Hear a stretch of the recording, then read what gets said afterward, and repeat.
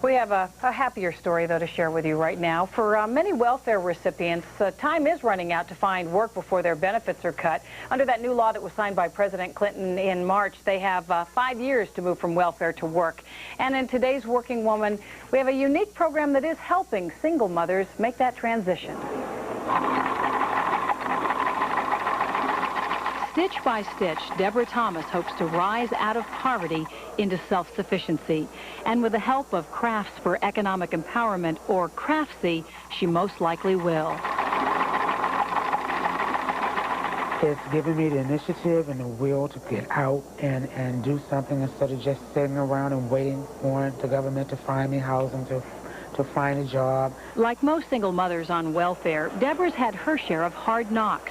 When fire destroyed her home a few years ago, she suffered burns to over 70% of her body. Now she and her 4 children, one of whom is blind, are living with a relative, but she's hopeful about the future.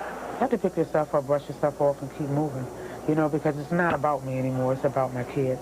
Through CRAFC, Deborah learned how to make these dolls, and now she manages the store where they're sold inside the National Press Building. She credits much of her success to this woman. As the founder of CRAFC, Susan Hoskins has spent much of her life helping the poor. I was born in Thailand, and I grew up in Africa, and I'd seen a lot of poverty all my life and wanted to find the best way to impact that poverty. Hoskins discovered that through handicrafts, women from poor communities could generate income. She says CRAFC is making a difference. It's a very small impact. However, it's a very critical impact in people's lives, and it's directly reaching the people that count. People like Deborah Thomas, who looks forward to the day when she can make it on her own.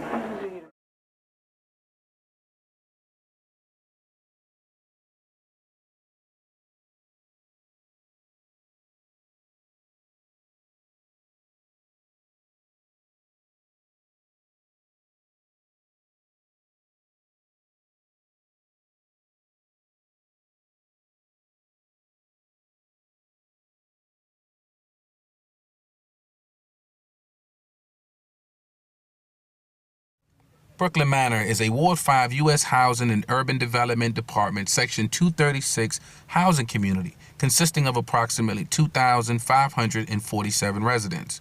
99% of the residents are African American. Of the 315 families in the community, 290 are single-parent families. 70% of the households earn less than $10,000 annually. It is estimated that of the 350 residents ages 10 through 18, 40% of them have been involved in the juvenile justice system, and between 55 and 60% are or have been truant. A few of the truant youth have already been arrested for gun sales, gun possession, and/or auto theft. Brooklyn Manor, unfortunately, has been continuously plagued by acts of violence among teenagers. The Washington Post reported on Sunday, August 14, 2005, on Lee Marshall. The article was labeled "A Jacket to Die For." Lee Marshall, unfortunately, was gunned down in front of his apartments in Brooklyn Manor over a coat. When we asked the teenagers of the Teen Center at Brooklyn Manor what would be the one thing they wish could change about their community, this is what they had to say. Violence. That's it. Killing. People stop killing each other. Violence. B. The violence. Violence, all the young people dying. The violence, because they shoot too much. Gang violence. I think it'd be gang violence. One thing in this community, let's say, the one thing I would like to change is the mindset of the young people. And that's basically because for the teens, if we can get them to change their way of thinking, their way of being, as far as how they see their communities and what it should look like, then we have a better chance of instilling those same morals and values into the younger people that's coming up, the younger kids that's coming up behind them, that's making a better community. As these teens turn working age 14 through 16, there is a strong pull toward gang participation and a choice to be made between the streets that raised them or they can, quote unquote, get out of the hood. To combat this truant behavior among teenagers, CEE began the Teen Empowerment Initiative in July 2003 and has served over 50 teens with education, training, mentoring, and structured activities.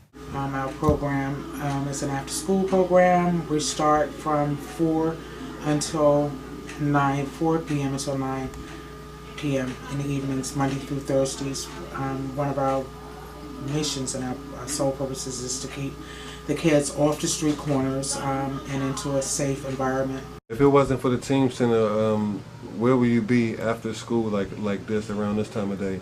Basically outside on somebody's porch with a lot of people bunched up talking about nothing. I think I'd be like selling drugs or something like that if I wasn't with the Teen Center. Probably getting into trouble. Outside, and that's why we got the Teen Center so we can come here, chill and get on the computer and stuff. Stay in school, got a job.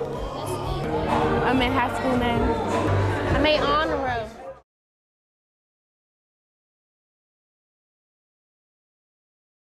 My favorite charity is the Coalition for Economic Empowerment, and it's based in Northeast Washington, D.C., located in the center of that portion of the city and serves the largest public housing community in the nation's capital. When I was a kid, I grew up in a neighborhood and surroundings similar to this, facing the same challenges that the kids here face, the occasional rumbling stomach and wondering where the next meal may come from, or hearing the sound or crackling of a gun. When you're worried about those types of things, it's a lot more of a challenge to think about education or to think about bettering yourself. You're thinking mostly just about surviving. I appreciate Susan and I appreciate CEE for their passion for the community. The Community Empowerment Initiative's goal is to shift the paradigm of intergenerational welfare dependency. These initiatives combined offer a solution to community residents, teens, and parents alike. With a combination of resources through government agencies, nonprofit, and faith-based organizations, the Coalition for Economic Empowerment has been able to shine light where there was darkness. However, there's still work to be done. And without the continued support of funding, volunteers, mentors, and partnering organizations, the needs of the community at Brooklyn Manor cannot be met.